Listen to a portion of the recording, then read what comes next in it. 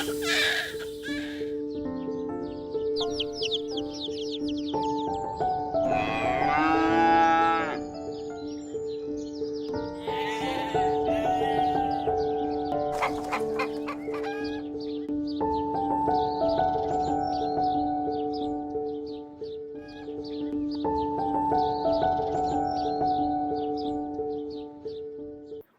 புகழும் அனைத்து கண்ணியமும் உயர்ந்த பண்புகளும் நம்மை படைத்து நம்மளை மன்னித்து இன்னும் மன்னிக்க வேண்டி வாழ வைத்து கொண்டிருக்கும் ஏக இறைவனான பரம்பொருளுமான அல்லாஹ்வுக்கு எல்லா புகழும்.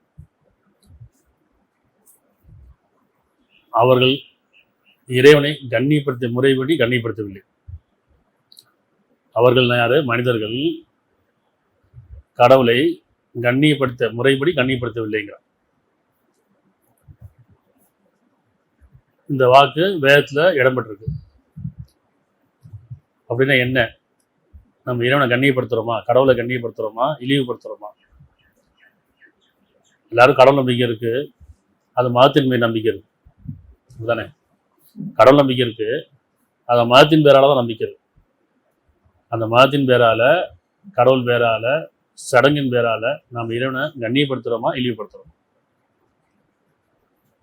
அவர்கள் இறைவனை கண்ணியப்படுத்த முறைப்படி கண்ணியப்படுத்தவில்லை. ஏன்? நீ கடவுளை வச்சு மதத்தின் பேரால வியாபாரம் நடந்துட்டு இருக்கு இல்லையா? கடவுள் பேரால மதத்தின் பேரால வியாபாரம் நடந்துட்டு இருக்கு. கடவுளை செஞ்சவனுக்கு கூலி, கடவுளை செஞ்சவனுக்கு கூலி, கடவுளை வச்சு செய்கிறவனுக்கு லாபம். புரியுதா? சிலை வலிக்கிறாங்கல்ல, சிலை செய்கிறாங்க இல்லையா?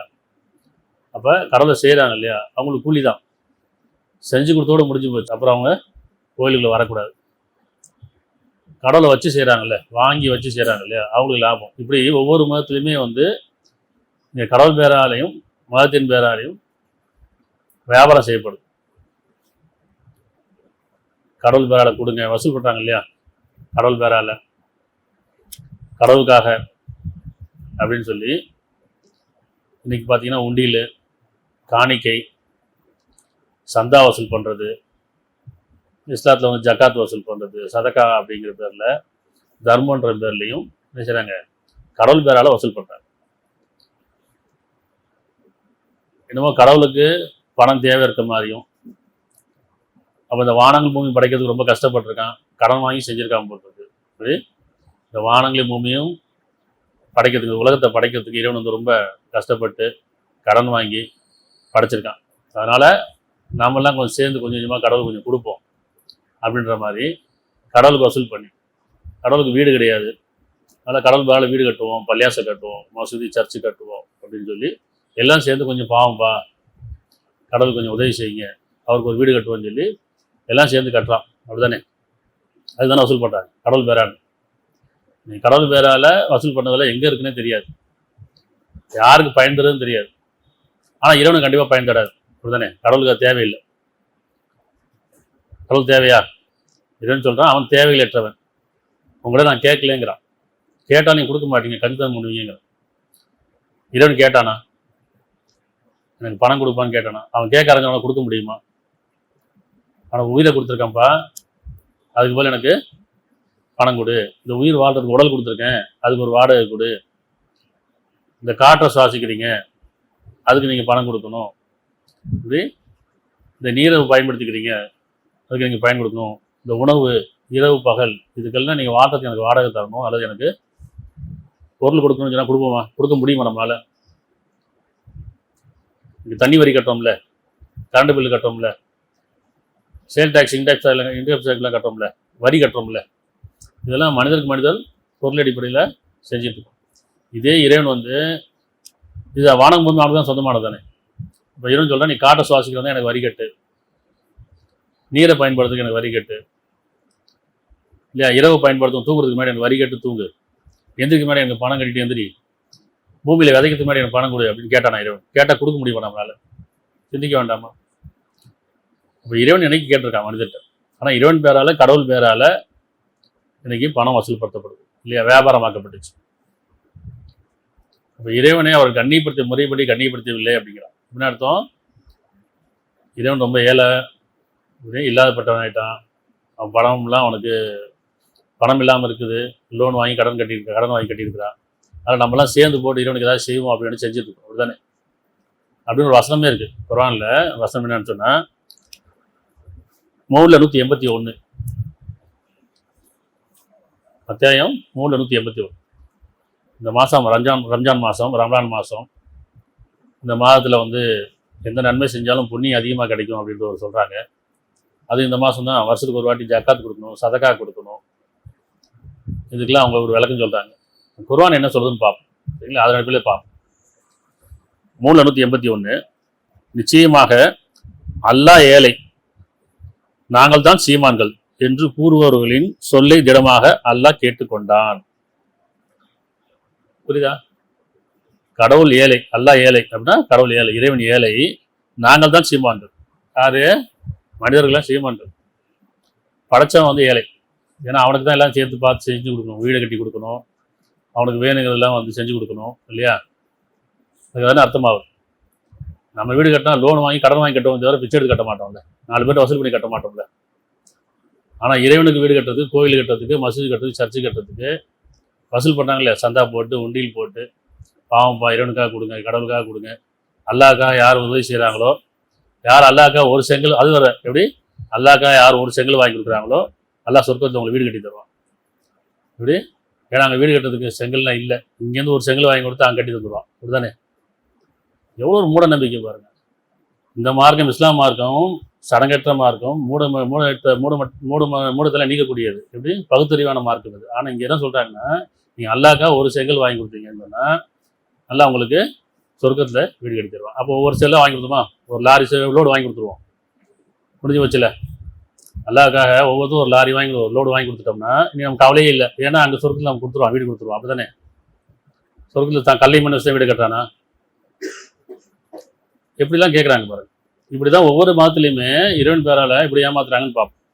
நான் பாருங்க, நிச்சயமா அல்லாஹ் ஏழை, நாங்கள் தான் சீமான்கள் என்று கூறுவர்களின் சொல்லை திடமாக அல்லாஹ் கேட்டுக்கொண்டான். எப்போ சொன்னோம்? எப்போ சொல்றாங்க? அல்லாஹ் பேரால கேட்குறாங்கல்ல, கடவுள் பேரால கேட்குறாங்கல்ல, இறைவன் பேரால கேட்குறாங்கல்ல, அதுக்கு அர்த்தம் அதுதான்.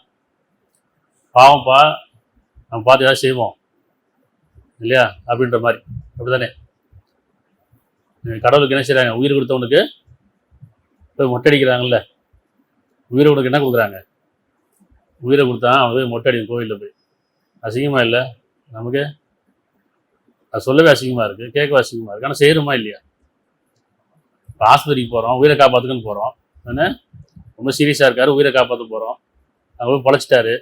டாக்டர்கிட்ட போயிட்டு, டாக்டர் நீங்கள் உயிரை காப்பாற்றிட்டீங்க, நாங்கள் எல்லோரும் குடும்பத்தோடு மொட்டை அடிச்சுக்கிறோம் அப்படின்னு ஒத்துப்பாங்களே? சொல்ல முடியுமா? ஒவ்வொரு ஆஸ்பத்திரியும் போயிட்டு நீங்கள் உயிரை காப்பாற்றிட்டீங்க, நீங்கள் ஒரு உயிரை தான் காப்பாற்றிட்டீங்க, நாங்கள் இத்தனை பேர் எல்லோரும் மொட்டை அடிச்சு உங்களுக்கு காணிக்க கொடுத்தோம் கேட்பாங்களா? அப்போ மனிதர்களுக்கு மட்டும் அவ்வளோ இதாக தெரியுது. ஆனால் இறைவனை அவளை அசிங்கப்படுத்தி, கேவலப்படுத்தி, கண்ணியப்படுத்தி, முறைப்படி கண்ணியப்படுத்தவில்லைங்களா? அவ்வளோ அசிங்கப்படுத்திட்டு எதெல்லாம் காணிக்க கொடுக்குறாங்க? பொருளை கொடுக்க மாட்டேங்க. பொருளை கொடுக்குன்ற பேரில் என்ன கொடுக்குறது? சரி, பொருள் அவனுக்கு தேவையா? அது யார் அவனுக்கு தேவையான்னு இப்போ அவனை பார்க்கணுமா இல்லையா? அப்போ இறைவன் என்ன சொல்கிறான்னா, அவன் தேவைகளற்றவன், அவன் பெறவும் இல்லை, பெறப்படவும் இல்லை, உங்கள்கிட்ட கேட்கவும் இல்லை, உங்களுக்கு அவன் பெறவும் இல்லைங்கிறான். இந்த அகிலமே அவனுடையது தான். வானங்கள் அனைத்தும் அவனுக்கு சொந்தம். அதுக்கெல்லாம் அவன் சொந்தக்காரன். நம்ம தற்காலிகமாக கொடுத்துருக்காங்க உலக வாழ்க்கையில். அப்படி நம்ம கொடுக்கப்பட்டாலும் அமானிதம். எப்போ உயிர் எடுத்துப்பான்னு தெரியாது, எப்போ உடல் மண்ணுக்கு போகும் தெரியாது. ஆனால் நமக்கு எவ்வளோ பெருமை, எவ்வளோ மமதை அப்படின்னா கடவுளுக்கே பேரம் பேசுறது. அதுதானே? கடவுளுக்கே நம்ம உதவி செய்ய நினச்சிட்டு இருக்கிறோம். அதை தான் இறைவன் சொல்கிறான், கண்ணியப்படுத்தி முறைப்படி அவர் கண்ணியப்படுத்தவில்லை. நான் உங்கள்ட்ட எதுவும் கேட்கலப்பா, நீங்கள் எதுவும் கொடுக்க வேண்டாம், நான் சொன்னது மட்டும் செய்யுங்கிறான். அப்படிதானே? அப்போ ஒவ்வொரு மதத்துலேயும் தர்மன்ற பேர்லையும், ஜக்காத்துன்ற பேர்லையும், என்ன கடவுள் பேராக நீங்கள் என்னென்ன வசூல் பண்ணிட்டு இருக்காங்க, என்ன செய்கிறாங்க? இப்போ கடவுள் பேரை நம்ம கொடுக்கலாமா? குடங்குடமாக பாலை கொண்டு போய் ஊற்றுறாங்க. ஆனால் எத்தனையோ குழந்தைகள் பால் இல்லாமல் இருக்கிறாங்க, எத்தனையோ பேர் உணவுக்கு சத்து இல்லாமல் இருக்கிறாங்க, நெய்யை கொண்டு போய் ஊற்றுறாங்க. இப்படி சாப்பிட்ற உணவுலாம் கொண்டு போய் கடவுள் பேராலாம் செய்கிறாங்க. கடவுளுக்கு போய் ஊற்றுறாங்களா இல்லையா? கொஞ்சம் மனசாட்சி வேண்டாமா? அப்போ கடவுளுக்கு ஏன் நம்ம கொடுக்கணும்? கடவுள் தான் நம்ம கொடுத்துருக்குறான். அவனுக்கு கொடுத்ததுல நாம் எப்படி நன்றியோடு இருக்கணும்னு பார்க்கணுமா இல்லையா? அப்போ வேதம் படிக்கணும், சிந்திக்கணும். சரி, அந்த அடிப்படையில் இன்றைக்கி இந்த மாதம் ரமலான் மாதம்னு சொல்கிறாங்க. இந்த மாதத்தில் வந்து சொர்க்க வாசல் திறக்கப்படும், நரக வாசல் மூடப்படும், சைத்தான் விலங்கிடப்படுவான். அதனால் இந்த மாதம் எந்த ஒரு தீமையும் நடக்காதுன்னு நினச்சிட்டு இருக்கோம். எல்லா பாவமும் இந்த மாதத்தையும் நடக்கும். அப்படிதானே? அப்போ மனசில் தான் இருக்குது, தவிர மாதத்தில் இல்லை. நன்மையும் தீமையும் மனதில் தான் இருக்குது, செயலில் தான் இருக்குது. ஒரு மாதத்துலேயே நாள்லேயே கிடையாது. அப்போ இந்த மாதம் நீங்கள் செய்கிற ஒவ்வொரு நன்மைக்கும் பண்படும் கூலி இருக்குது அப்படின்னு சொல்கிறாங்க. அப்போ இந்த மாதம் ஜக்காத்து சதக்கா அப்படின்னு குர்ஆன்ல என்ன சொல்கிறதுன்னு பார்ப்போம். இன்னொன்று பார்த்தீங்கன்னா, இஸ்லாத்து 5 கடமை. ஒன்று களிமா, அப்படி அதாவது இவங்கள வச்சுக்கிறது 5 கடமை. ஒன்று களிமா அப்படின்னா அவனை தவிர இறைவன் இல்லை, ஒருவனை ஏற்றுக்கிறேன், சரிப்பா. அடுத்து தொழுகை, சரியா? சடங்கு, சடங்காக பண்ணுறாங்க, தொழுகைன்னு என்னன்னு தெரியாமல். அடுத்து நோன்பு, 3வது, 4வது ஜக்காத்து, 5வது ஹஜ்ஜு. ஆனால் குர்ஆன்ல தொழுகையும் ஜக்காத்தும் சேர்ந்து வரும். குர்ஆன்ல வந்து வேதத்தில் வந்து ஒவ்வொரு தொழுகையின் போது ஜக்காத்தை நிறைவேற்றுங்கள். அப்போ தொழுகையும் ஜக்காத்து சேர்ந்து வருது. உங்க நடுவில் கொண்டு போய் நோன்பு வச்சுட்டாங்க இப்படி. ஏன்னா நோன்பு வருஷத்துக்கு முன்னாடி வரும். அப்போ ஜக்காத்தம்மா டெய்லி கொடுக்க முடியாது. அதெல்லாம் சொல்லுவோம், நடுவில் நோன்பு வச்சுட்டோம்னு சொன்னால் வருஷத்துக்கு முன்னாடி ஜக்காத்து கொடுக்கலாம். அப்படித்தானே? எவ்வளோ தெளிவு பார்த்தீங்களா? குர்ஆன்ல ஒவ்வொரு தொழுகையின் போது ஜக்காத்தை நிறைவேற்றணும். வக்கீம் முஸ்லாத்தை வத்து ஜக்காத்தை, தொழுகை நிலைநாட்டுக்கும் ஜக்காத்தை கொடுத்துவார். தொழுகையின் போதே ஜக்காத்தை கொடுக்குங்கிறான். அப்போ ஒரு நாளைக்கு எத்தனை நாள் ஜக்காத்து கொடுக்கணும்? உங்களை தொழுகைனா என்ன, ஜக்காத்னா என்ன புரியாமல், சிந்திக்காமல், உணராமல் இந்த 5 கடமையில் என்ன செஞ்சாங்க? முதல்ல களிமாவும், அவனை தவிர இறைவன் இல்லை, ஒருவன் தான் இறைவன்றதும், அடுத்து தொழுகைங்கிற பேரும், அடுத்து ஜக்காத்தை கொண்டு வர நோம்பு நடுவில் வச்சுட்டாங்க. அப்போ ஜக்காத் என்ன செய்யணும்? வருஷத்துக்கு வாடி கொடுத்துக்கலாம். அந்த ஜக்காத்து கொடுக்கறதுக்கு வேறு கணக்கு நிறையா. 2.5% ஆர்டர் சொத்து, ஆடார் சொத்து, இப்படி தங்கத்துக்கு என்ன, விவசாயத்துக்கு என்ன, ஆடு மாடுக்கு என்ன, அது தானாக விளைஞ்சதுக்கு தானாக விளையிறதுக்கு ஒரு கணக்கு, இவர் உழவு ஊட்டி கஷ்டப்பட்டாலும் அதுக்கு ஒரு கணக்கா, இப்படி கால்நடைக்கு ஒரு கணக்கு, தங்கம் இருந்தால் ஒரு கணக்கு, வியாபாரம் தான் ஒரு கணக்கு, பல கணக்கு. இப்படி கணக்கு போட்டு தான் கடவுளுக்கு செய்வாங்க. ஆனால் இறைவன் கணக்கிட்டு போட்டு கொடுக்குறான், அவன் அருளாகும், கணக்கின்றி கொடுக்குறேங்கிறான். 2.5% எங்கே இருக்குது குர்ஆன்ல? இப்படி அதாவது குர்ஆன்ல ஒரு வசனம் இருக்குது. மூசா நபி வரலாறுல பசுமாடை அறுக்க சொல்லி மூசா நபி சொல்லுவார் சமூகத்தை. இறைவன் உங்களுக்கு பசுமாடை அறுக்க சொல்லி கட்டளையிடுறாங்க.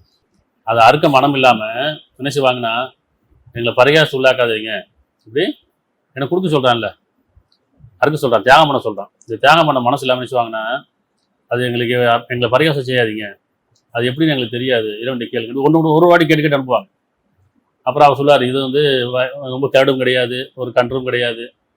திருப்பி கேட்பாங்க, திருப்பி அது எல்லாம் எங்களுக்கு ஒரே மாதிரி தெரியுது, அது எந்த நிறம் எப்படி இருக்கும், அது கலர் எப்படி இருக்கும், இப்படி கொடுக்க மனம் இல்லாமல் கேள்வி கேட்டே இருப்பாங்க. அப்படி இருந்தாலும் இறைவன் தெளிவாக பதில் சொல்லி அனுப்பான். கடைசியில் வேறு வழியின்றே செய்வாங்க, கொடுத்துருவாங்க. அந்த மாதிரி இவங்க ஜக்காத்து கொடுக்க மனசு இல்லாமல், அதாவது பொருள் இருக்க கையில் இது கொடுக்க மனசு இல்லாமல் வருஷத்துக்கு ஒரு வாட்டி அது 2.5% என்ன, அதில் வந்து நகைக்கு ஒன்று இருக்குது, பொருளுக்கு, விவசாயத்துக்கு, கால்நடைக்கு, ஈர்க்கப்பட்டவங்க இல்லை, இப்படி எல்லாம் எல்லா கணக்கு வச்சுட்டே இருப்பாங்க. ஏன்னா கொடுக்க மனசு இல்லை. அதெல்லாம் 2.5% எங்கே இருக்குது? நீங்கள் நேசிப்பட்டு செலவு செய்ய வரை நன்மடைய மாட்டீங்கிறான். நீங்கள் நேசிப்பட்டு செலவு செய்ய வரை நன்மடைய மாட்டீர்கள். நாம் எதை நேசிப்போம்? 97 ரூபாய் நினச்சிப்போமா, 2 ரூபாய் நினச்சிப்போமா? 97 ரூபா 50 நேசிப்போமா, 2 ரூபா 50 நேசிப்போமா? நமக்கு எது வேணும்? நம்ம என்ன கேட்போம்? அதிக பங்கு இருக்கோ அதான் கேட்போம். இதுன்னு சொல்ல, நீங்கள் எதை நேசிக்கிறீங்களோ அதுலேருந்து செலவு செய்யுங்கிறான். அப்போ இவங்க என்ன செய்கிறாங்க? 2.5% சொல்லி ஒரு கணக்கு வச்சிருக்கிறாங்க. அப்படித்தானே? ஆனால் இறைவன் என்ன கணக்கு சொல்கிறான்னு பார்ப்போம். 47, 36, 47, 36, 37, 38 இந்த குர்ஆன் வந்து வாழ்க்கைக்கு வழிகாட்டி, தெளிவானது, விளக்கமானது, சகலவித உதாரணம் சொல்லப்பட்டிருக்குன்னு சொல்கிறேன். சிந்திப்பூர் உண்டான்னு கேட்குறேன். சிந்திப்பூருக்கு தான் வேதம், உள்ளச்சம் உடையவர்களுக்கு தான் வேதம், உள்ளச்சம் இல்லாததுக்கும் சிந்திப்பதற்கும் தான் வேதமே தெளிவாகும். தவிர அலட்சியப்படுத்துவதற்கும் சடங்காக இருக்கிறதுக்கும் இந்த வேதம் புரியாது, விளங்காது. சரியா? சரி. 47, 36 திடமாக இவ்வுலக வாழ்க்கை வீண் விளையாட்டாகவும் வேடிக்கையாகவும் இருக்கிறது.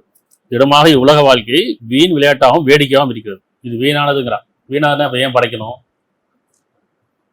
அப்படி இல்லைல்ல. வீணானதுன்னா இந்த உலகத்தை நீங்கள் சம்பாதிக்கக்கூடியதெல்லாம் வீணானது, இறைவன்கிட்ட பயன் தராது. அப்போ என்ன பயன் தரணும்னு சொல்கிறாங்க குர்ஆன்ல?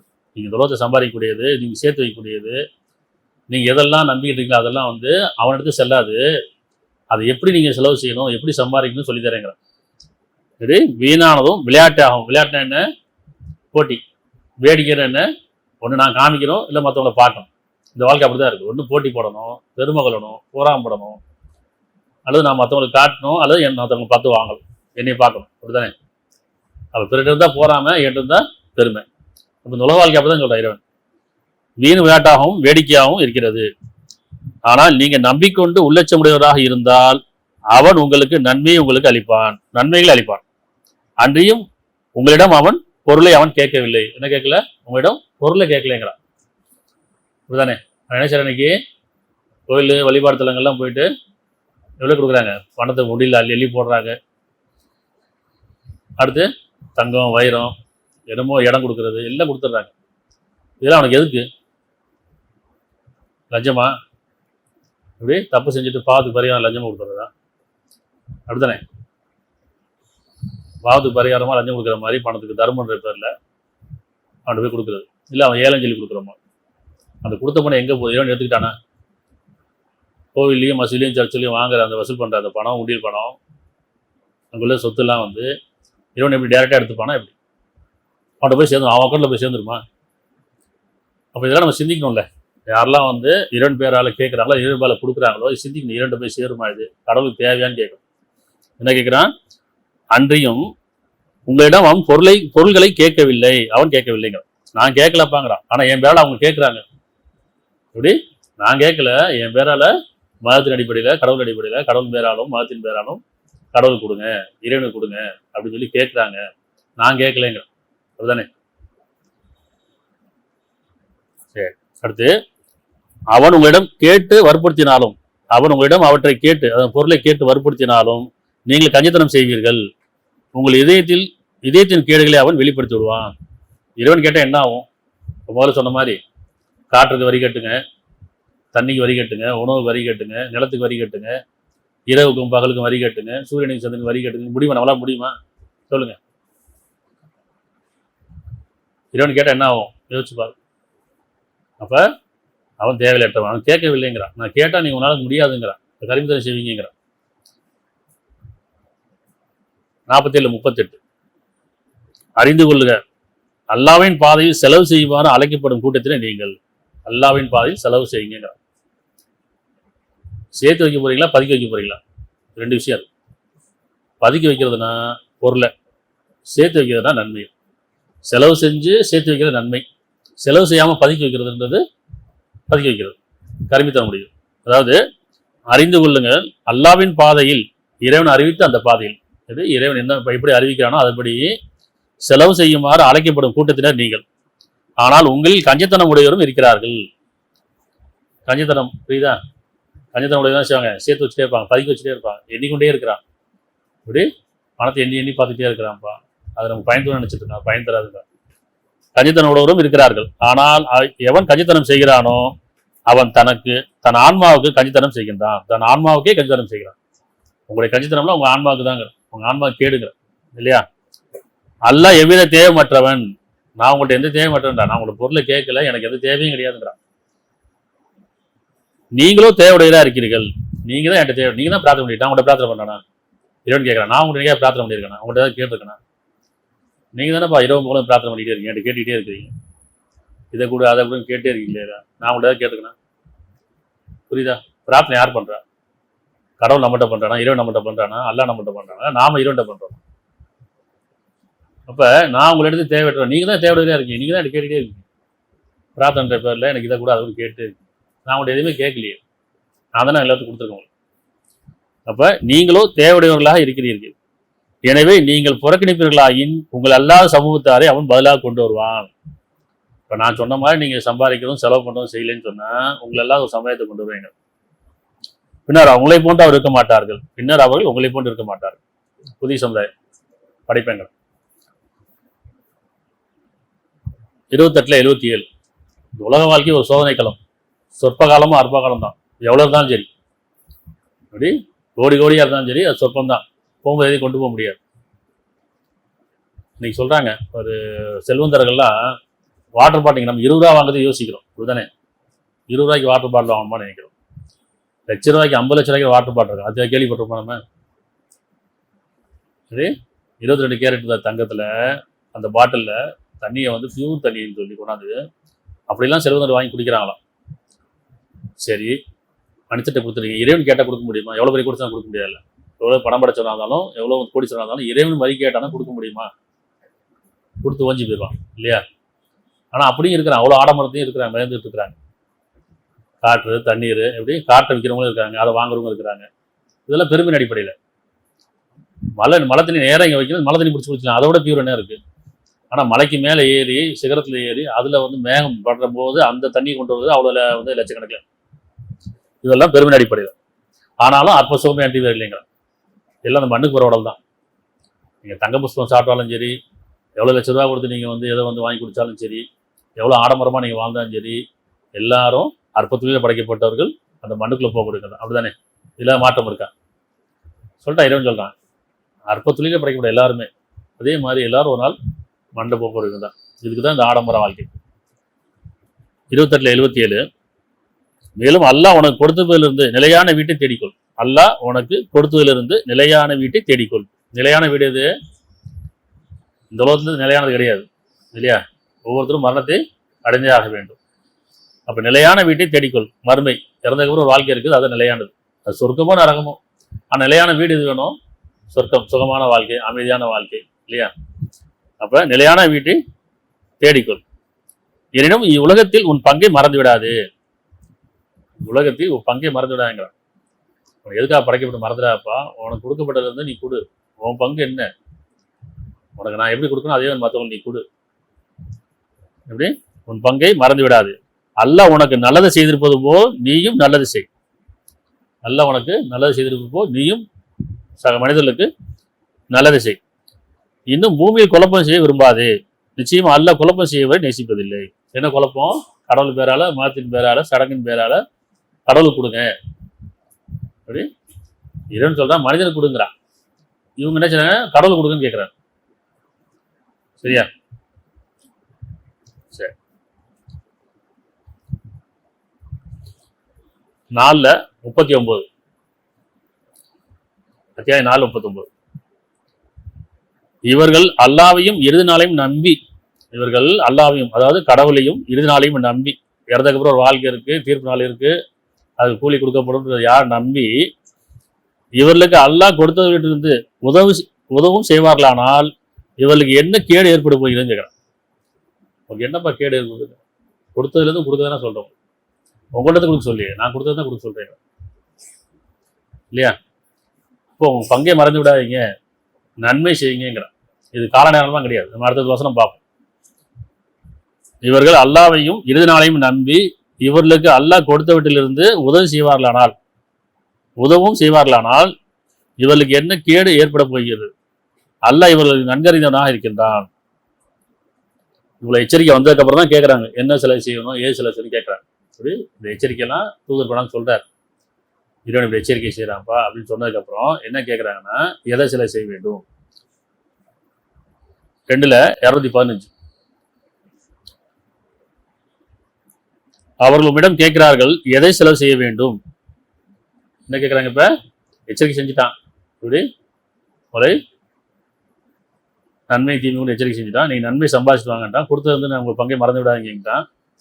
இந்த எச்சரிக்கை வந்ததுக்கப்புறம் கேட்கறாங்க, எதை செலவு செய்யணும், யாருக்கு செலவு செய்யணும், எப்படி செலவு செய்யணும் கேட்கறாங்க. உடனே அப்படின்னு சொல்றான், அவர் உம்மிடம் கேட்கிறார்கள் எதை செலவு செய்ய வேண்டும் என்று. நீர் கூறும் நல்ல பொருள் இருந்து எதை நீங்க செலவு செய்தாலும் முதல்ல நல்ல பொருளும் செலவு செய்யணும். அடுத்து எதை நீங்க செலவு செய்தாலும் அதை தாய் தந்தையர்களுக்கும், முதல்ல பெற்றோருக்கு இல்லையா, முதல்ல தாய் தந்தையர்கள் செலவு செய்யுங்க. அவங்களுக்கு செலவு செஞ்சாங்கல்ல, உங்க பெற்றோர்களுக்கு 10 மாதம் சுமந்து பால் ஊட்டி சீராட்டி உங்களை ஒரு ஆளாக்கி இருக்கிறாங்க, உங்களுக்கு குடும்பம் ஆக்கியிருக்கிறாங்க. ஆனால் யாரும் பெற்றோர் கவனிக்கிறதே இல்லை இல்லையா? வளர்ந்தாச்சு, படித்தாச்சு, சம்பாதிக்க ஆரம்பிச்சாச்சு, குடும்பம் அமைஞ்சு போச்சு. ஆனால் பெற்றோரை கவனிக்கிறது இல்லை. கேட்கணும், அவங்க கேட்டால் தான் கொடுப்போம். அதுதானே? கேட்டாலும் எனக்கே செலவு சரியாக இருக்குது, ஜாஸ்தியாக இருக்குது, எனக்கே செலவுக்கு பத்தலைங்கிற அளவுக்கு. உங்கள் பெற்றோருக்கு உங்கள் பங்கை மறந்து விடாதேங்கிறான். உன்னால் முடிஞ்ச அளவுக்கு கொடு, இல்லைன்னு சொல்லாத. அதுதான் முதல் தர்மம். சரியா? அப்ப பெற்றோருக்கும், அதாவது தாய் தந்தருக்கும், நெருங்கிய உறவினருக்கும், நெருக்கமான உறவு எது? கூட பிறந்தவங்க. அதுல உங்களுக்கு தேவையுடையவர்களா இருந்தாங்கன்னு சொன்னா, அவர் தேவையா இருக்காங்கன்னா நெருக்கமான உறவா இருந்தா நெருங்கிய உறவினருக்கும், அனாதைகளுக்கும், ஏழைகளுக்கும், நேர்வழி இருப்பவர்களுக்கும், மேலும் நீங்கள் நன்மையானதை எதை செலவு செய்தாலும், எதனை செய்தாலும் நிச்சயமா அல்லாஹ் அறிந்தவனா இருக்கின்றான். ஆகவே நல்லது வந்து மூலம் செலவு செய்யுங்க, நல்ல எண்ணத்தோட செலவு செய்யுங்க. அப்படித்தானே? இப்போ யாருக்கெல்லாம் செலவு செய்யணும்னு சொல்றான்? நெருக்கமானவர்களுக்கு, தாய் தந்தலுக்கு, நெருக்கமானவர்களுக்கு, அனாதைகளுக்கு, ஏழைகளுக்கு, இதெல்லாம் தனித்தனி நம்மளே செலவு செஞ்சு போயிடலாம். அப்படித்தானே? கடவுள் பேரால கடவுள் தரா, நீ எனக்கு கொடுக்க வேணாம், நான் சொல்றது செய்யுங்கிறான். இது நான் எனக்கு ஒரு ஏஜென்ட்டும் கிடையாது, நான் யாரையும் வசூல்பட சொல்லலை. அதனால் நீங்கள் நான் சொல்றது செய்யுங்க.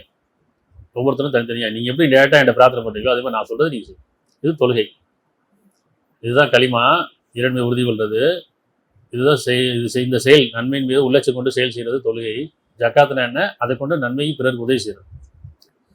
அப்போ இந்த பாதியிலிருந்து படிங்க. அவர்களிடம் கேட்கிறார்கள் எதை செலவு செய்ய வேண்டும் என்று, எதை செலவு செய்ய வேண்டும் என்று அவர்களிடம் கேட்கிறார்கள். உபயோகத்துக்கு அப்பால் உள்ளவற்றை, உங்களுக்கு போக மீதமானதுங்கிறான். எதை செலவு செய்யணும்? முதல்ல உங்களை செலவு செஞ்சுக்குங்க.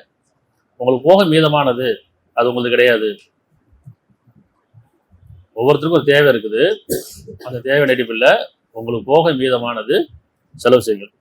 உபயோகிக்க அப்பால் உள்ளவற்றை கொடுத்து உதவுங்கள் என்று கூறுகிறார்கள். நீங்கள் சிந்தித்து உணரும் பொருட்டு அல்லாஹ் தன் அத்தாட்சிகளை இவ்வாறு விவரிக்கின்றான்.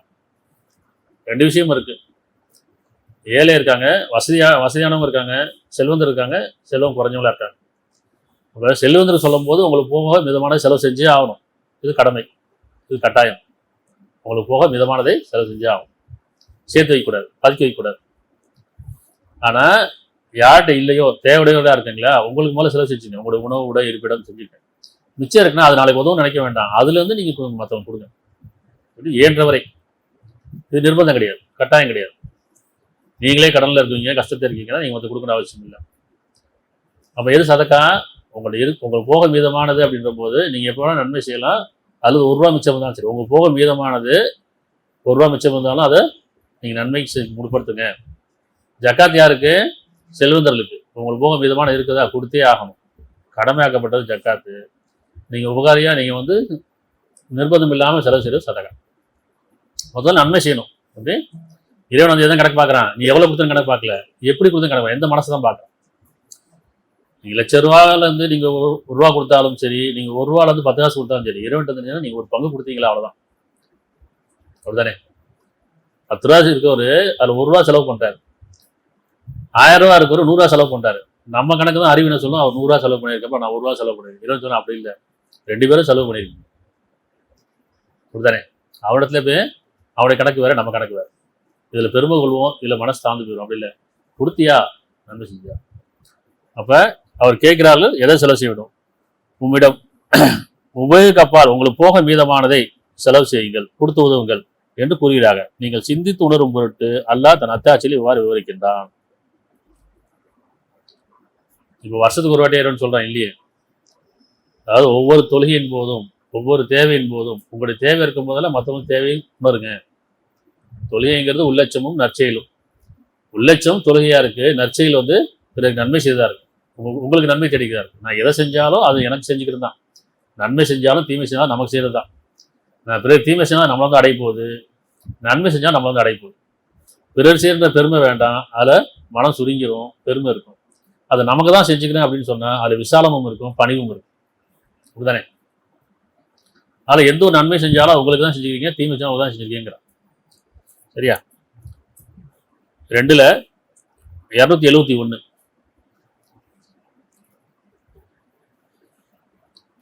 அத்தியாயம் 2:271.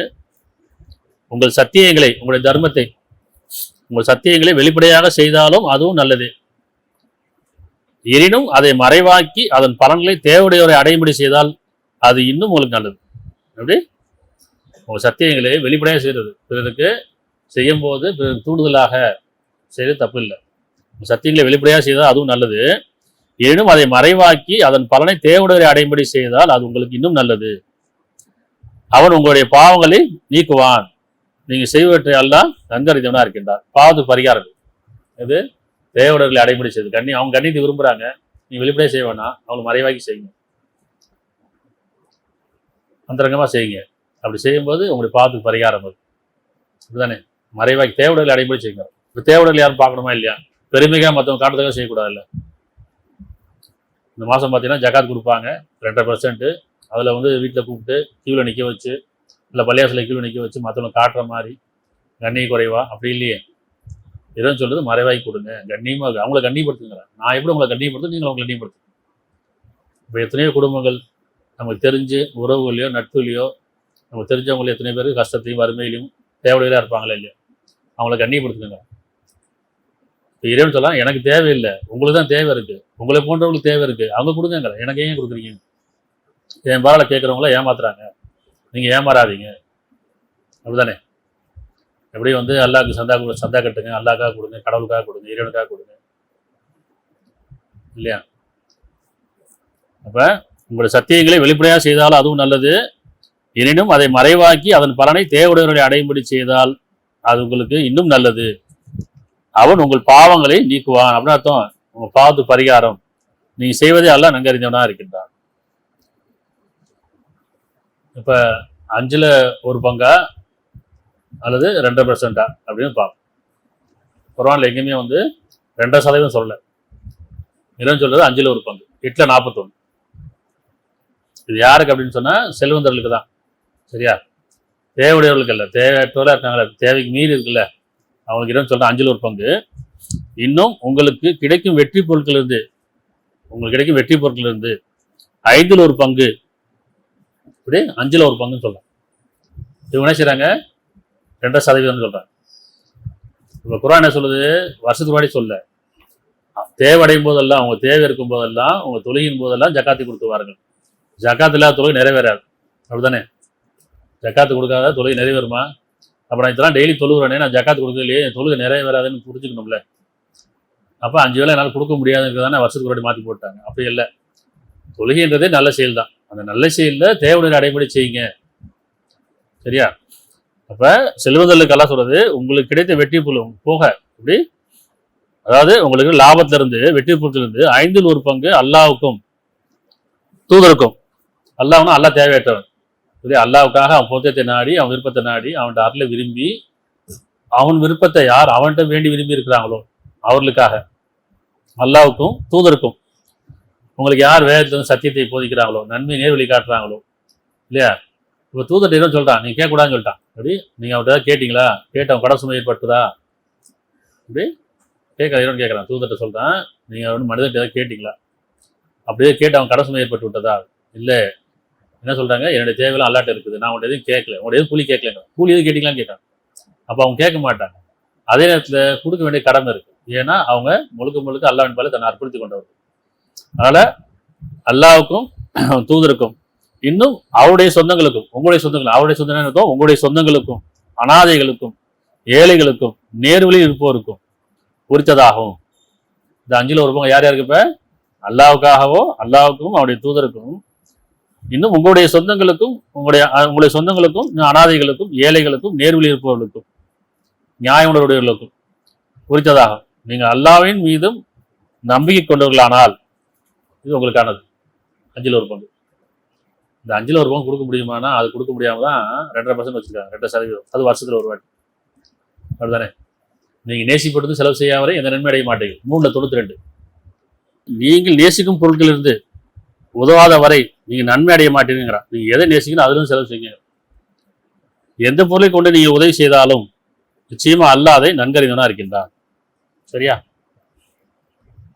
அப்ப 8ல் 41 5ல் 1 பங்குன்னு சொல்லுது. 2.5% குர்ஆன்ல எங்கேயுமே கிடையாது. அப்படிதானே? இன்னும் இதெல்லாம் ஒரு கணக்கே கிடையாது. எது சொல்றா, நீங்க விரும்பி நீங்க எவ்வளவு தாராளமா சொல்ல முடியும், தாராளமா நான் கொடுக்குறேன், பன்மடங்கு கொடுக்குறேங்களா, ஒரு கணக்குக்காக சொல்றானே தவிர பன்மடங்கு. இப்ப தானங்கள் யாருக்கு? 9ல் 60. இந்த மாசம் என்ன பார்க்குறோம்? ஜகாத் என்ன, சதகானா என்ன, அது 2%. 5ல் 1 பங்கா? 5ல் 1 பங்குனா என்ன? 120 ரூபா. அப்படித்தானே? 100க்கு 2.5%, 2000 ரூபா கொடுக்குறது இருக்கு. 20 ரூபா. இறைவன் சொல்றது என்ன? உங்களுக்கு போக மீதமானது செல்வதற்கு எது உங்களுக்கு போக மீதமான இருக்கா அது உங்களுக்கு கிடையாது. அது உங்க நன்மை செய்யறதுக்காக நான் உங்களுக்கு வாய்ப்பு கொடுத்துருக்கேன், நீ பயன்படுத்தி. சரியா? இப்போ தானங்கள் யாருக்குன்னா 960. தானங்கள் யாசிப்பவர்களுக்கும் ஏழைகளுக்கும் அதன் காரியஸ்தர்களாக சமாஜத்தின் வழியின் பக்கம் அவரை நடத்துவதற்காகவும். இதுக்கு முன்னாடிலாம் பார்த்தீங்கன்னா இந்த பைத்துல் மால் இருக்கும். பைத்துல் மால் நடத்துவோம், நிதி வசூல் பண்ணி ஏழை எளியவர்களுக்கு கொடுப்பாங்க. அந்த காலத்துலலாம் நிதி வசூல் பண்ணி அது ஏழை எளியவர்களுக்கு கொண்டு போய் சேர்ப்பாங்க. அப்போ நிறைய பேருக்கு தெரியாதனால சொல்லுவாங்க, நிதி வசூல் யார் பண்ணாங்களோ அவங்களுக்கு கொடுப்பாங்க. ஆனால் இன்னைக்கு நிதி வசூல்ன்ற பேரில், அறக்கட்டளைன்ற பேரில், ட்ரஸ்ட்ன்ற பேரில் நிறையா தப்பு நடக்குதுன்னு வச்சுங்களேன். ஆனால் உண்மையான உழைச்சி கொண்டு இவனுக்கு பயந்து நன்மை செய்யக்கூடியவங்க இருந்தாங்கன்னா அது அவங்கள்ட்ட கொடுக்கலாம். ஏன்னா நமக்கு தெரியாது, அவங்கள்ட்ட கொடுத்து அது சரியான இடத்த போய் சேர்ந்துடும் அப்படின்றதுக்காக. அப்போ என்ன சொல்கிறேன், தானங்கள் யாசிப்பவர்களுக்கும் ஏழைகளுக்கும் அதன் காரியஸ்தலான அர்த்தம் அந்த ஏழைகள் கொண்டு போய் செய்யக்கூடிய அந்த நிதி நிறுவனங்கள், அதாவது ட்ரஸ்ட் உருவாக்கி, அறக்கட்டளை உருவாக்கி கரெக்டாக போய் கொண்டு போய் சேர்க்குறாங்க, இறைவனுக்கு பதில் போய் சேர்க்குறாங்களா அப்படிங்கிறது பார்க்கணும். ஒவ்வொருத்துக்கும் ஒரு தேவை இருக்கும் இல்லையா, அந்த தேவை அடிப்படையில் கொண்டு கொடுப்பாங்க. அப்போ காரியஸ்தலுக்கும் சமாஜத்தின் பக்கம் அவர்கள் நடத்துவதற்காக அடிமைத்தளத்தில் விடுவித்தோடும். அடிமைத்தளம் அர்த்தம் கடன். இப்போ கடலில் இருக்கிறாங்க, அப்போ இந்த நிதி மூலியமாக நினைச்சிடும், இந்த ஜகாத்து மூலியமாக இது யாரெல்லாம் விட்டுருக்காங்களோ கடல் இருக்காங்க, அந்த கடலில் விடுவிக்கிறதுக்காக. கடன் நீங்கள் எத்தனை பேர் பாருங்கள், கடல்லேருந்து எவ்வளோ வட்டி வாங்கி கடன் வாங்கி முழுகி போயிடறாங்களா இல்லையா? வட்டி கட்டிகிட்டே இருக்காங்க, அந்த கடன் தீர மாட்டேங்குது. அப்போ அந்த வட்டி இல்லாத ஒரு கடன் கொடுக்கறதுக்காகவோ அல்லது வட்டியை நீக்கிட்டு அந்த கடனை நீக்கிட்டு அந்த கடன் எடுத்து மீட்டுறதுக்காகவும் அப்போ நினைச்சாங்க அடிமைத்தனத்தின் விடுதலை கடன்பட்டவருக்கும் அல்லாவின் பாதையில் நேர்வழி இருப்பவருக்கும் குறித்ததாகும். அல்லாஹ் வீழ்த்ததை கடமையாகும். அல்லாஹ் அறிவான், ஞானமுடையவன். அப்போ யாருக்கு இது தானம்? யாருக்கு இல்லையா? 960. அப்போ சிந்திக்கணும், இது யாருக்கு நம்ம கொடுக்குறோம், யாருக்கு கொடுக்கணும், எதை செலவு செய்யணும் கேட்குறார்கள், யார் யாரெல்லாம் கொடுக்கணும்னு சொல்லிட்டே வர வரிசையாக சொல்லிட்டே வரான். எத்தனை பங்குன்னு சொல்கிறான், நேசிப்புலேருந்து கொடுங்கிறான், 5ல் 1 பங்குன்னு சொல்கிறான் இல்லையா? அதை எப்படி செலவு செய்யணும்னு சொன்னால் 16:71 அத்தியாயம் 14:71. இன்னும் அல்லாஹ் உங்களில் சிலரை விட செல்வத்தில் மேன்மைப்படுத்தியிருக்கின்றான். இவ்வாறு மேன்மைப்படுத்தப்பட்டவர்கள் தங்களுடைய செல்வத்தை தங்கள் வழக்கரங்களுக்கு உட்படுத்துவதற்கும் கொடுத்து அவர்களையும் இவர்கள் செல்வத்தில் சம உரிமையாக ஆக்கிவிடுவதில்லை. அப்படி உங்கள் செல்வத்தை கொடுத்துருக்கான்னு நெருக்கமானவர்களுக்கோ நீங்க கொடுத்து உங்களை போன்றவர் ஆக்குறது இல்லைங்கிறான். நீங்க தான் உயர்ந்துட்டே நினைக்கிறீங்க, உங்க கீழே இருக்குன்னு நினைச்சிட்டே இருக்கிறீங்க. அல்லாஹ் தான் நாடிற்கு விசாலமாக்கலாம், தான் நாடிக்கு சுருக்கிறேங்கிறான். அப்படி செல்வங்கிறது உங்களுக்கு கொடுக்கப்பட்ட சோதனை தான். கொடுக்க கூட என்ன நினைச்சிட்டு இருக்கீங்க, நான் விரைந்து கொடுத்து நினைச்சிட்டு இருக்கீங்களா, ஒரு நாள் பிடிச்சிருவேங்கிறான். சோதனைக்காக தான் கொடுக்கப்பட்டிருக்கு. அப்படி கொடுக்கப்பட்டவர்கள் என்ன சொல்றான், அல்லாஹ் சிலரை விட செல்வத்தில் மேன்மைப்படுத்தியிருக்கின்றான். இவ்வாறு மேன்மைப்படுத்தப்பட்டவர்கள் தங்களுடைய செல்வத்தை தங்கள் வழக்கரங்களுக்கு உட்பட்டவர்களுக்கு, அதாவது நெருக்கமானவர்களுக்கு கொடுத்து அவர்களையும் இவர்கள் செல்வத்தில் சம உரிமை உள்ளவர்கள் என்று ஆக்கிவிடுவதில்லை. அல்லாவின் ஆள்கொடையா இவர்கள் மறுக்கிறார்கள். புரியுதா? நான் கொடுப்பேன், எப்படி கொடுப்பேன், கையில தான் கொடுப்பேன். கொடுக்கும்போது அவங்க எனக்கு கீழே இருக்கணும், அவங்க எனக்கு மேலே வசதி இருக்கக்கூடாது, எனக்கு சமமாக ஆயிடக்கூடாது. அதானே நான் இரவு சொல்ல, அப்படி இல்லை, கொடுத்ததுலேருந்து உங்க சமமாக ஆக்கிக்கொள்ளுங்கன்னு சொல்றேன். அந்த மனசு வாங்குங்க, விசாலமாங்க, நெருக்கமானவர்களுக்கு. நான் முதலாளியாக தான் இருப்பேன், அவங்க தொழிலாக தான் இருக்கணும். அதுதானே, நான் மேலே தான் இருப்பேன், நீங்கள் கீழே தான் இருக்கணும். அப்படி இல்லை, எதுன்னு சொல்றேன், நீங்கள் எல்லாம் சமமாக தான், ஒரு தொழிலிருந்து படைக்கப்பட்டது தான். உங்களுக்கு கொடுத்தது மீதமானது கொடுத்து உங்களே போன்று தேவையுடையவர்களே தேவையற்றவர்களே ஆக்குங்க. எப்பவுமே அவங்க தேவையுடையவர்களே இருக்கக்கூடாது, எப்பவுமே பசிலேயே இருக்கக்கூடாது, பட்டிலேயே இருக்கக்கூடாது, வறுமையிலே இருக்கக்கூடாது. அவர்களையும் வறுமையிலேருந்து மீட்டு கொடுங்க, கடன்லேருந்து மீடுங்க. அப்படி அவங்க ஏழ்மையிலேருந்து மீட்டு கொடுங்க, அவங்க தேவையற்றவர்களே ஆக்குங்கிறதான் இறைவன் சொல்றான்.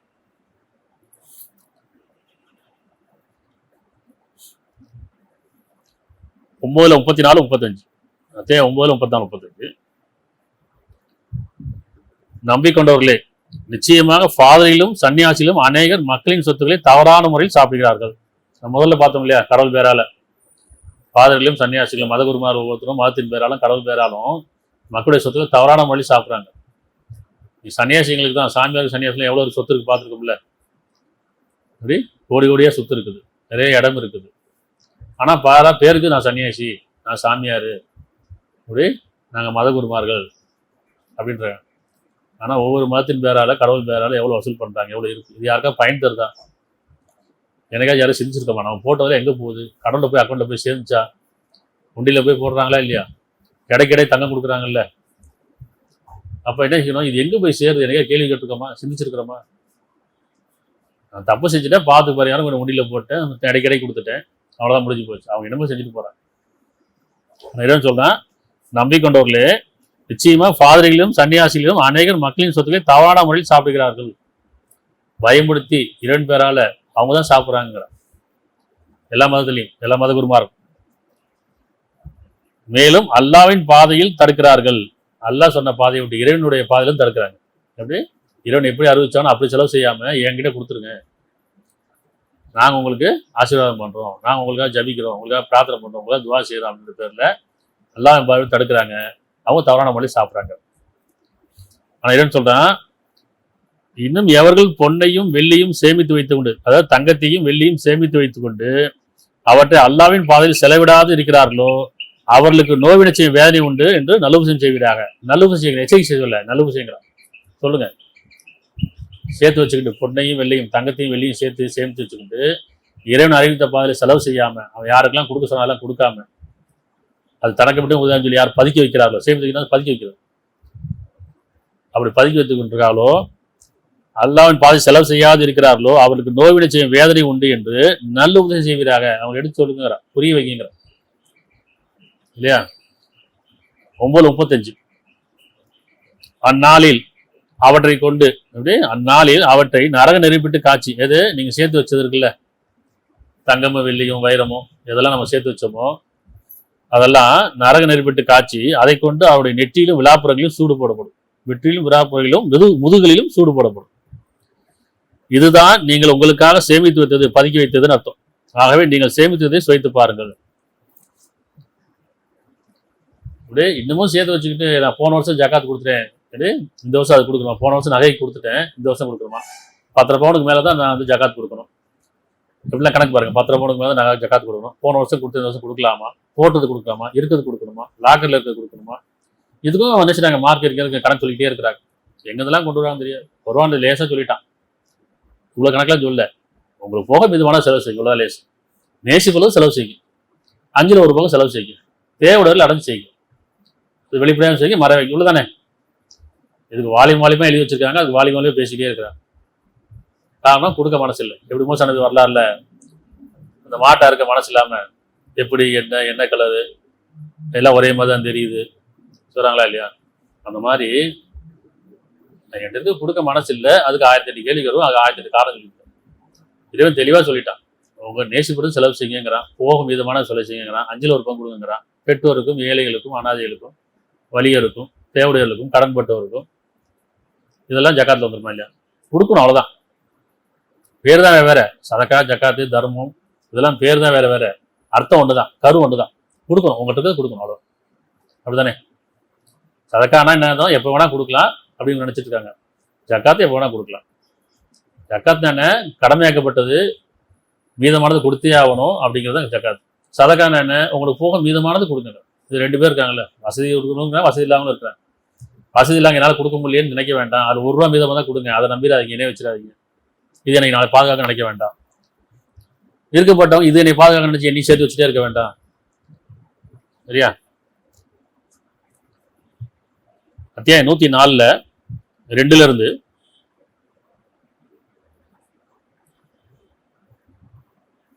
104 பொருளை சேகரித்து எண்ணிக்கொண்டே இருக்கின்றான், பதுக்கி வச்சுக்கிட்டே இருக்கிறான், எண்ணி பார்த்துக்கிட்டே இருக்கிறான். பொருளை சேகரித்துனா பதுக்கி வச்சு எண்ணிக்கொண்டே இருக்கின்றான்.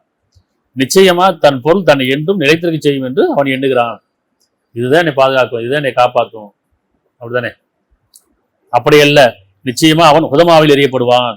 யாரெல்லாம் பொன்னையும் பொருளையும் சேர்த்து வச்சுட்டு வெள்ளியும் தங்கத்தையும் சேர்த்து வச்சுக்கிட்டு இது நாளைக்கு என்னை பாதுகாக்கும் உதவும் சொல்லி சேர்த்து வச்சுட்டே இருக்காங்களோ, நாளைக்கு என்னைக்கு இல்லை, எனக்கு என் குடும்பத்துக்கு என் வாரிசுக்கு என் சந்ததிக்கு என் பேரம்பேத்திக்கு எல்லாம் இதான் உதவும், அப்படிதானே. அவங்களும் இறைவன் கொடுப்பான்ல. ஒவ்வொரு உயிரும் பிறக்கும் போதெல்லாம் அவருடைய தேவையில் அவன் படைச்சிருக்கான், அப்படிதானே. ஒவ்வொரு உயிர் பிறக்கும் போதெல்லாம் அவர் தாய்மொழியில் குளத்துக்கு பால் விட்டுறானா இல்லையா, அப்படித்தானே ஒவ்வொரு தேவையில் அடைக்கிறான். ஆனால் என்ன செய்யறோம், என் குளத்துக்கு நான் சேர்த்து வைக்கிறோம், என் பேரம்பேத்திக்கு நான் தான் சேர்த்து வைக்கிறோம், இன்னும் அவனுடைய பேரம்பேத்திக்கு நான் தான் சேர்த்து வைக்கிறோம், தலைமுறைக்கு. ஆனால் இறைவன் சொல்றேன், நிச்சயமா தன் பொருள் தன்னை நிலைத்திருக்க செய்யும் என்று எண்ணுகிறான். தன் பொருள் தன்னை என்றும் நிலைத்திருக்க செய்யும் என்று அவன் எண்ணுகிறான். அப்படியல்ல, நிச்சயமா அவன் ஹுதமாவில் எறியப்படுவான். ஹுதமா என்ன என்பது உங்களுக்கு எது அறிவிக்கும், அது எரிந்து கொடுக்கும் அல்லாவின் நெருப்பாகும். ஏற்கனவே பார்த்தோம்ல, அந்நாளில் நீங்க சேர்த்து வச்சதை நெருப்பில் இட்டு காய்ச்சி உங்க நெற்றியிலும் விழாப்புறங்களிலும் முதுகிலும் சூடு போடப்படும். அந்த மாதிரி இது எரிந்து கொண்டிருக்கும் அல்லாவின் நெருப்பாகும். அது இருதயங்களில் பாயும். நிச்சயமாக அவன் சூழ்ந்து மூடப்படுவான் நீண்ட கம்பங்களில். நீங்க நெருப்பு தான் சேர்த்து வைக்கிறீங்கிறான். கொடுக்க மனசு இல்லாம சேர்த்து வைக்கிறீங்க. அவன் நாடமும் சுருக்கிடுவேங்கிறான். இப்படி விசாலமா கொடுத்த வச்சு என்ன நினைச்சிட்டு இருக்கீங்க? எனக்கு நிறைய கொடுத்து நினைச்சிட்டு இருக்கீங்களா? அது சோதனை தான். அது கொடுக்கப்பட்டது எல்லாமே உங்களுக்கு சோதனைக்கு தான் கொடுக்கப்பட்டது. உலக வாழ்க்கை எல்லாமே சோதனை தான். இப்போ ஜக்காத்துன்றதுல வருஷத்துக்கு ஒரு வாட்டிலாம் கிடையாது. இந்த வருஷம் கொடுத்தா அடுத்த வருஷம் இல்லைன்னா என்ன செய்யாது? ஒவ்வொரு நாள் நமக்கு எழுப்பிடுனா ஒரு வாய்ப்பு, நன்மை செய்யறதுக்கு ஒரு வாய்ப்பு. கட்டுக்கு முன்னாடியே தெரியுறாங்க, ஏழைகள் தெரியுறாங்க, வறுமையில் இருக்கும் தெரியுறாங்க, குடும்பத்தை நெருக்கமானவங்க இருக்காங்க. அப்படி கூட பிறந்தவங்கள ஒருத்தர் வசதியாக இருப்பாங்க, ஒருத்தர் வறுமையில் இருப்பாங்க, ஒருத்தர் கடனில் இருப்பாங்க, நண்பர்கள் இப்படி நெருக்கமானவங்க இருப்பாங்களா இல்லையா? அப்போ இவங்களுக்கு கொடுத்து அவங்களையும் சமூகமே ஆக்குறது இல்லைல்ல, ஆக்கணுமா இல்லையா?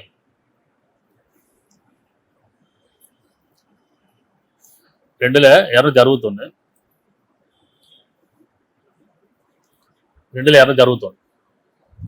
அல்லாவின் பாதையில் தங்கள் செல்வத்தை செலவிடுவதற்கு உவமமானது. ஊமை என்னதும் உதாரணம். அல்லாவுடைய பாதையில் அல்லாஹ் அறிவிச்ச அந்த பாதையில தங்கள் செல்வத்தை செலவிடுவதற்கு ஊமையானது. ஊமை ஒவ்வொரு கதிலும் 100 தானியங்களை கொண்ட 100 தானிய மணிகளை கொண்ட 7 கதிர்களை முளைப்பிக்கும் ஒரு வித்தை போன்றது. நம்ம பார்த்துனா இருக்கோம். ஒரே ஒரு வித்து, ஒரே ஒரு நெல் விதைக்கிறோம், அது 7 கதிரி வருது. ஒவ்வொரு கதிரிலையும் 100 தானியங்கள் வருதா இல்லையா? இப்போ கணக்கே கிடையாது. இல்லை, ஒரு வித்து விதைக்கிறோம், அது ஒரு மரமாகுது, மரத்து நிறைய கிளைகள் வருது, அது நிறைய பூ பூக்குது, அதுல நிறைய பழங்கள் வருது, காய் காய்க்குது, பழங்கள் வருது, அதுல நிறைய வித்துக்கள் இருக்குல்ல. மாங்கொட்டையில ஒரு விதை தான் இருக்கும், திராட்சையில எத்தனை இருக்குது, ஆப்பிள் எத்தனை இருக்குது, இல்லை ஒவ்வொரு பழங்கள் எத்தனை இருக்குது, இப்படி ஒவ்வொன்றுக்கும் விதவிதமாக மாறுதா இல்லையா? ஒண்ணுதான் விதைச்சோம், ஆனா அதுல வர கனிகள்ல எத்தனையோ விதைகள் இருக்கு, இன்னும் அதுல எத்தனையோ இன்னும் விளைச்சல விசாலமாக்குது. இப்போ 2 உதாரணம் சொல்றேன், இந்த நெல்லை கூட உதாரணம் சொல்றேன், இந்த மாதிரி தான் ஒவ்வொரு விதையும் சொல்றேன். அது மாதிரி நீங்க செய்யற ஒவ்வொரு நன்மைக்கும், நீங்க விதைக்கிற ஒவ்வொரு நன்மைக்கும் பன்மடங்கு இருக்குது. நன்மைக்கு பன்மடங்கு, தீமைக்கு அது போட்டே கூலி. அப்படி 1 ரூபா செலவு பண்ணாலும் இவன் சொல்லலாம் 700 ரூபா தரேங்கிறான். அதாவது அல்லாவின் பாதையில் தங்கள் செல்வத்தை செலவிடுவதற்கு ஊமையானது. ஒவ்வொரு கதிலும் 100 தானிய மணிகளை கொண்ட 7 கதிலை முளைப்பிக்கும் ஒரு வித்தை போன்றது. அல்லாஹ் தான் நாடியவர்களுக்கு ரெட்டி பார்க்கிறான், இன்னும் ரெட்டி பார்க்கிறேங்கிறான். அல்லாஹ் விசாலமானவன் யாவற்றையும், அல்லாஹ் விசாலமானவங்கிறான், ஆனா அல்லாஹ் ஏழைன்னு சொல்றோம். சரி, அல்லாஹ் விசாலமானவன், யாவற்றையும் கராட்டுடையவன், எல்லாம் அறிந்தவன், வானங்க பூமிக்கு சொந்தக்காரனவன், ஆனா அவன் ஏழை. அல்லாஹ்க்காக கொடுங்க, கடவுளுக்காக கொடுங்க, சாமிக்காக கொடுங்க. எப்படி அப்படின்னு சொல்றாங்க. அல்லாஹ் ஏழை, நாங்க தான் சீமான்னு சொல்லிட்டு இருக்கீங்களாப்பா? என் பேரால வசூல் பண்ணிட்டு இருக்கீங்களா? அப்ப யாரெல்லாம் கடவுள் பேரா கொடுக்குறாங்களோ கேட்கறாங்களோ கொடுக்கலாமா? அப்படி கடவுள் வேலை அவனுக்கு வீடு கட்டி கொடுக்கணும், அவனுக்கு வேறுகளை செஞ்சு வைக்கணும்னு சொல்லி இறைவனை ஏழையா பிச்சைக்காரனா. அரபியில் ஒரு வார்த்தை இருக்கு, அந்த வசனத்துக்கு அரபியில் எப்படி வார்த்தைனா பக்கீர். பக்கீர்னா தெரியுமா? அரபியில் வார்த்தை அல்லாஹ் பக்கீர்னு சொல்றாங்களாம். பக்கீர்னா யாசகம் கேட்கறது. சொல்லும் போது நமக்கே பயமா இருக்கு. ஆனா இறைவன் சொல்றான், அப்படிதான் நீங்க நினைச்சிட்டு இருக்கீங்களா? நான் யாசகம் கேட்கறேன் அவங்ககிட்ட. இந்த 381 அல்லாஹ் ஏழை, நாங்கள் தான் சீமான்கள் என்று கூறுபவர்கள் சொல்லை தினமா அல்லாஹ் கேட்டுக்கொண்டாங்க. அல்லாஹ் ஏழைங்கிற வார்த்தைக்கு அரபி வார்த்தை பக்கீர். அப்படி அர்த்தம் யாசகம் கேட்பார். அல்லாஹ் யாசகம் கேட்கறோம்னா அல்லாஹ் நம்மளால யார் யாசகம் கேட்கிறா? என்னன்னு பாத்தீங்கன்னா, இந்த ஒவ்வொரு ஜமாத்லையும் அந்த ஊர்லயும் பாத்தீங்கன்னா ஏழை குமரன்னு அர்த்தம். அந்த கல்யாணம் முடிக்காம இருப்பாங்க, ஏழை பெண்கள் இருப்பாங்க, சின்ன பிள்ளைங்க இருப்பாங்க, அவங்களுக்கு கல்யாணம் முடிக்க வசதி இருக்காது. அப்போ அந்த ஜமாத் சொல்லுவாங்க, இந்த ஏழை குமர் இருக்கு, எங்களுக்கு வசதி இல்லை கல்யாணம் முடிக்கணும் அப்படின்னா, அவங்க என்ன செய்வீங்களா, அவங்களாம் சேர்ந்து ஒரு ஜமாத்தான் சேர்ந்து ஒரு உதவி செய்யலாம். அதை பண்ணிட்டாங்க, இவங்க லெட்டர் எழுதி கொடுப்பாங்க அந்த ஜமாத்தில் இருக்கு. இந்த ஜமாத் எங்க ஊர் ஜமாத் தான் இவங்க. ஆமா, இவர் சொன்ன மாதிரி ஒரு பிள்ளை இருக்கு, பொம்பளை பிள்ளை இருக்கு, 2 பொம்பளை பிள்ளை இருக்கு, வறுமையில இருக்கிறாங்க, அதனால இவங்க உதவி செய்யுன்னு சொல்லி இந்த ஜமாத்துல இருந்து லெட்டர் எழுதி கொடுத்துருப்பாங்க. கேவலமா இல்லை, சிங்கமா இல்லை? இதை எடுத்துக்கிட்டு அவங்க ஒவ்வொரு ஜமாத்தா போய் என்ன செய்வாங்க, நாங்கள் அந்த ஊர் ஜமாத்துக்காரவங்க, அந்த ஊர் சேர்ந்தவங்க தான் எங்களுக்கு இந்த மாதிரி உதவி செய்யணும் சொல்லி அங்கே போய் என்ன செய்வாங்க, யாசகம் கேட்பாங்க. இப்போ எந்த அளவுக்கு சிந்தனை இல்லாமல் இருக்காங்க பாரு. ஒரு ஊரில் ஒரு ஜமாத் இருக்குன்னா, ஒரு குழு இருக்கு, ஒரு சங்கம் இருக்கு அப்படின்னா, அவங்களாம் சேர்ந்து அதை கொடுக்கலாம், அந்த உதவி செய்யலாம். திருமணங்கிறது பெரிய விஷயம் இல்லை. மார்க்கம் என்ன சொல்லுது, இஸ்லாம் என்ன சொல்லுதுன்னா, மகர் கொடுத்து, அதாவது நீங்க நன்கொடை கொடுத்து, அதாவது நீங்க தான் மணமகன் தான் கொடுத்து முடிக்கணும், பெரிய செலவு கிடையாது, 2 சாட்சி தான் இப்படி. ஆனால் இன்னைக்கு யாரும் நடக்குதில்லை. எல்லாமே மாற்றமா, இறைவனுக்கு மாற்றமா, வேதத்துக்கு மாற்றமா, தூதருக்கு மாற்றமா நடக்குது. இன்னைக்கு அதை பார்த்துட்டு செய்றாங்க, இல்லாத மட்டும் அந்த மாதிரி செய்ய நினைக்கிறாங்க, தகுதி மீறிய ஒரு செலவு செய்யணும்னு பார்க்க. அப்போ என்ன செய்யறாங்க, வசூல் பண்றாங்க போய். யார் கொடுக்கறதுக்கு, மணமகனுக்கு கொடுக்கறதுக்கு போய் வசூல் பண்றாங்க. அதை வசூல் பண்றது யார் கொடுக்குறாங்க, எடே மாப்பிள்ளைக்கு இவ்வளவு போட்டேன்னு சொல்லியாச்சு, வளர்ச்சி கொடுக்குன்னு சொல்லியாச்சு, அவனை எப்படியாச்சும் வசூல் பண்ணணும், 4 பேர்ட்ட கையேந்தணும். அப்படி கையேந்ததுக்கு யார் உதவி செய்யறா, இந்த ஜமாத்துல இங்கேருந்து லெட்டர் கொடுப்பாங்க. ஆமா இவர் சொல்றது உண்மைதான், எங்க ஜமாத்துக்காரதான் சொல்லி இவங்க லெட்டர் எழுதி கொடுத்தாங்கன்னா இதுல செயலாளர் போல எல்லாமே கைது கொடுத்து கொடுப்பாங்க. இதை கொண்டு போய் ஊர் ஊராக வசூல் பண்ணுவார், ஊர் பேரை கெடுக்கிறதுக்கு. அப்ப சித்திக்க வேண்டாப்பா, நம்ம இப்படி கொடுக்குறமே தப்பாச்சு, கண்ணி குறவா நடத்துக்கிறோமே, இது அசிங்கப்படுத்துற மாதிரி இருக்குமா இல்லையா? அப்போ ஒரு பக்கம் அல்லாஹ் பேராலும் வசூல் பண்றது, ஒரு பக்கம் ஏழைகள் பேரால வசூல் பண்றது. அப்போ இதெல்லாம் குர்ஆன் படிக்காதனால, இதெல்லாம் வந்து குர்ஆன் படிச்சு சிந்தித்து உணராதனால இந்த நிலை, அவல நிலை. சரியா? இப்போ என்ன சொல்றாங்க, பக்கீர்னா என்ன அர்த்தம், யாசை கேட்பன்னு அர்த்தம். அல்லாஹ் சொல்றான், அல்லாஹ் பக்கீர், அப்படியே அல்லாஹ் ஏழை பக்கீர், நாங்கள் சீமான்கள், நாங்கள் தான் அல்லாஹ் கொடுத்து உதவணும் அப்படின்னு நினைச்சிட்டு இருக்கீங்களா, நாங்கள் கேட்டுக்கிட்டேன்றாங்க. சரியா? சரி. 2:110.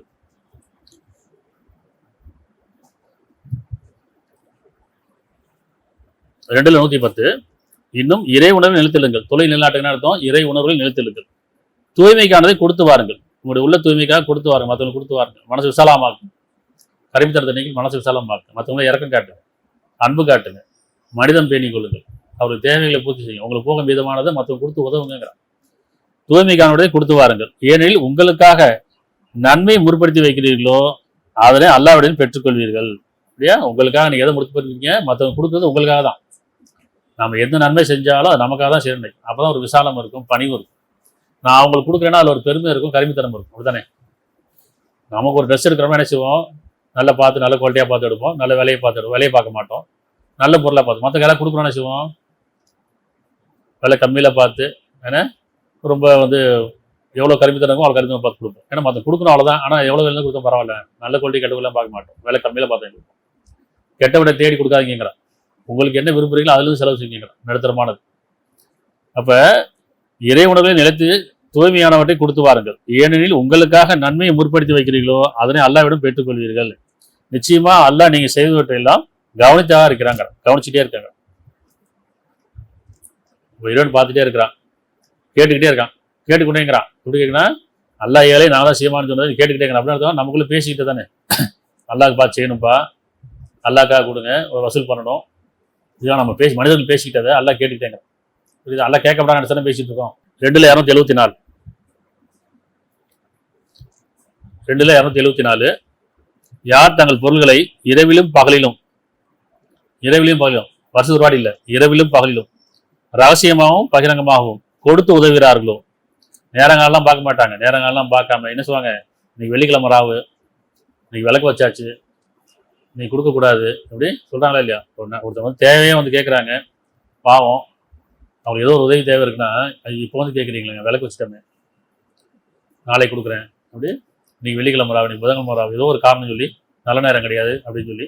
ஆனால் இவன் சொல்றான், தங்கள் பொருள்களை இரவிலும் பகலிலும், யார் தங்கள் பொருளை இரவிலும் பகலிலும் ரகசியமாகவும் பகிரங்கமாகவும் கொடுத்து உதவுகிறார்களோ அவர்களுக்கு அவருடைய இறைவிடத்தில் நற்கூலி உண்டு, நற்கூலி இருக்கிறது. அவர்களுக்கு அச்சம் இல்லை, அவர் துக்கப்பட மாட்டார். கவலை பயமில்லாம ஒரு வாழ்க்கை வேணுமா, உங்களுக்கு கொடுத்ததுலேருந்து செலவு செய்யுங்க, முடிஞ்ச அளவுக்கு செலவு செய்யுங்க, இயன்றவரை அஞ்சு கொள்ளுங்கள். ஏன்னா அடுத்த நிமிஷம் நமக்கு தெரியாது. இப்ப நம்ம ஒருத்தர் இறக்கப்படுறோம், அவங்க மீது உங்களுக்கு அவங்க தேவை இருக்குன்னு சொன்னா உடனே உங்கள்கிட்ட இருந்து கொடுங்க, எவ்வளவு முடியுமோ அவ்வளவுதான், இவ்வளவுதான் கொடுத்தாகணும் இல்லை, உங்களுக்கு போக மிதமானது. ஆனா இருக்கப்பட்டவங்களுக்கு 5ல் 1 பங்கு, இல்லாதப்பட்டவங்களுக்கு உங்களுக்கு போக மிதமானது. அப்ப 5ல் 1 பங்கு சொல்றானா, 2% சொல்றானா, வருஷத்துக்கு ஒரு வாட்டி சொல்றானா, அப்பப்போ உங்களுக்கு தேவையின் போதெல்லாம், தொழுகின் போதெல்லாம் ஜகாத் நிறைவேற்றுங்க. உங்களுக்கு தேவையின் போதெல்லாம் நீங்க ஜகாத் நிறைவேற்று, மற்றவங்க தேவை நிறைவேற்று. அப்ப இன்னைக்கு என்ன செய்யறாங்க, ஜக்காத்துன்ற பேர்ல வருஷத்துக்கு ஒரு வாட்டி 2%, அதுல நீங்க வந்து ஆடுற சொத்து, ஆடாத சொத்து, நகைக்கு இவ்வளவு கொடுக்கணுமா, இது நகை இருக்கணுமா, ஏற்கனவே கொடுத்ததுல கொடுக்கணுமா, கொடுக்க வேண்டாமா, விவசாயம் பண்ணும்போது நீங்களா விவசாயம் உழவு ஊட்டி நீங்க வந்து கஷ்டப்பட்டீங்கன்னா அதுக்கு ஒரு பர்சன்டேஜ், இல்லை அதுவா விளைஞ்சுன்னா எப்படி, இந்த மானாவாரி அதுவா விளைஞ்சு அதுக்கு ஒரு பர்சன்டேஜ், ஆடு மாடு கால்நடை இதுக்கு எல்லாமே தனித்தனி கணக்கு வச்சுக்கிறேன். இப்படி கணக்கு போட்டா இறைவன் கொடுக்குறான், அவன் கணக்கு இல்லாமல் கொடுக்குறேங்கிறான் இல்லை, ஆனால் இங்கே கணக்கு போட்டுருக்குறாங்க. அப்போ இதெல்லாமே வந்து குர்ஆனை படிக்காதனால, சிந்திக்காதனால, உணராதனால நம்ம இது கணக்கு எடுத்துகிட்டே இருக்கோம். நம்ம இறைவன் கணக்கெல்லாம் கேட்குறோம்ல, கணக்கு போட்ட கேட்குறோம், அருளை கொடுங்குறோம், அருளை என்ன கணக்கில்லாத கொடுக்குறோம். ஆனால் இரண்டு கொடுக்கும்போது கணக்கு போட்டு கொடுக்கணுங்கிறோம். அல்லாவுடைய அருள்கொடை நீ எண்ணி விழானா எண்ணி மாறாதுங்கிறான். மாபெரும் கொடையாளி. கொடையாளிட்ட எப்படி கேட்கணும்? இதை சொல்கிறான், உங்களுக்கு நன்மை கொடுக்குது, நன்மை செய்து வாய்ப்பு கொடுத்துருக்கேன், அந்த நன்மையை நீங்கள் பயன்படுத்திக் கொள்ளுங்க. செல்வந்தர்கள் அவருடைய நன்மையை பயன்படுத்திக் கொள்ளுங்க, தேவையுடையவர்கள் நன்மையை பயன்படுத்திக் கொள்ளுங்க, தேவையுடைய அடைபடி செய்யுங்க. சரியா?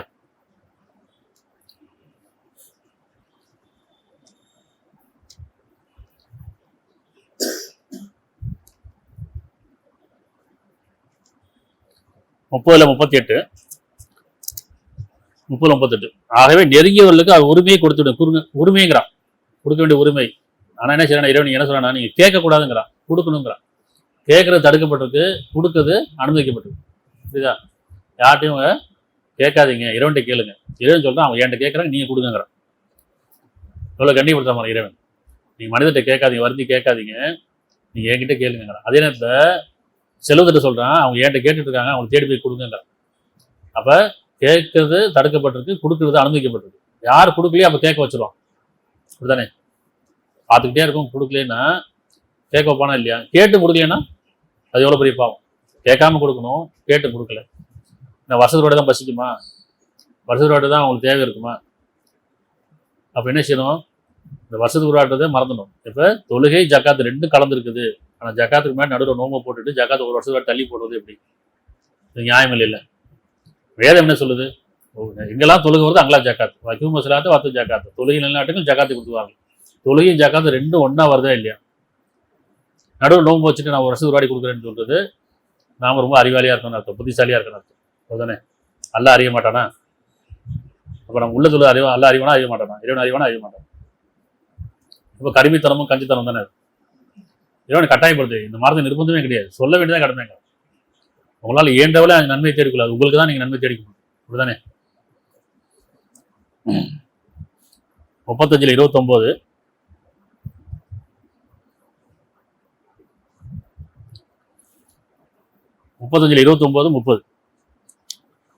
நிச்சயமா எவர்கள் அல்லாவின் கட்டளை ஏற்கிறார்களோ, அப்படின்னா தொழுகை பேணிக் கொள்கிறார்களோ, அப்படி எவர் அல்லாவின் கட்டளை ஏற்கிறார்களோ, இன்னும் கடைபிடித்து தொழுகிறார்களோ, நாம அளித்தவற்றிலிருந்து ரகசியமா வெளிப்படையாமல் செலவு செய்கிறார்களோ, அவர்கள் என்றும் அழியாத ஒரு வியாபாரத்தை ஆதரவிக்கிறார்கள். என்றும் அழியாத ஒரு வியாபாரம். இந்த உலகத்துல வியாபாரம் பண்ணாலும் அழிஞ்சிடும், நஷ்டம் வரும், இதுதானே? கடன்ல போவோம். ஆனால் இடம் சொல்றான், என்றும் அழியாத ஒரு வியாபாரம். எப்படி? அல்லாட்ட வியாபாரம் பண்ணுங்கிற. நான் சொன்ன மாதிரி நீங்க கொடுங்க, நான் ரெட்டிப்பா கொடுக்குறேன், பன்மடங்கா கொடுக்குறேன். நஷ்டம் இல்லாத வியாபாரம். நிச்சயமா எவர்கள் அல்லாவின் கட்டளை ஏற்கிறாரோ, இந்த சொன்ன இவ்வளவு விஷயம் வசனம் படிச்சோம் இல்லையா? இத்தனை வசனம் படிச்சோம். இதெல்லாம் சிந்திச்சு உணர்ந்து பார்த்தீங்கன்னா, எவர்கள் அல்லாவின் கட்டளை ஏற்கிறார்களோ, இன்னும் கடைபிடித்து தொழுகிறார்களோ, நாம் அவர்கள் அளித்தவிட்டு ரகசியமாக வெளிப்படையாமல் செலவு செய்கிறார்களோ, அவர்கள் என்றும் அழியாத ஒரு வியாபாரத்தை ஆதரவிக்கிறார்னு அர்த்தம். அவர்களுடைய நற்கூலி அவர்களுக்கு அவன் முழுமையாக கொடுப்பான். இன்னும் தன் அருளிலிருந்து அவள் மிகுதப்படுத்துவான். நிச்சயமா மிக மிக மன்னிப்பவன் நன்றி இருக்கும். மிகுதப்படுத்துவேங்கிறான், அருளிலிருந்து மிகுதியாக கொடுக்குறேங்கிறான், இன்னும் விசாலமா கொடுக்குறேங்கிறான். அப்ப யாரெல்லாம் அல்லாட்ட வியாபாரத்தை வச்சுக்கிறாங்களோ, வியாபாரம் என்ன அர்த்தம்? கொடுக்கல் வாங்கல். நீ அங்க கொடு, நான் இங்க தரேங்க. இப்போ நம்ம வியாபாரம் வச்சுக்கோன்னு வச்சுக்கலேன், வியாபாரம் பண்ணிட்டு இருக்கிறோம், ஒருத்தர் கொடுக்கல் வாங்கல் இருக்குது.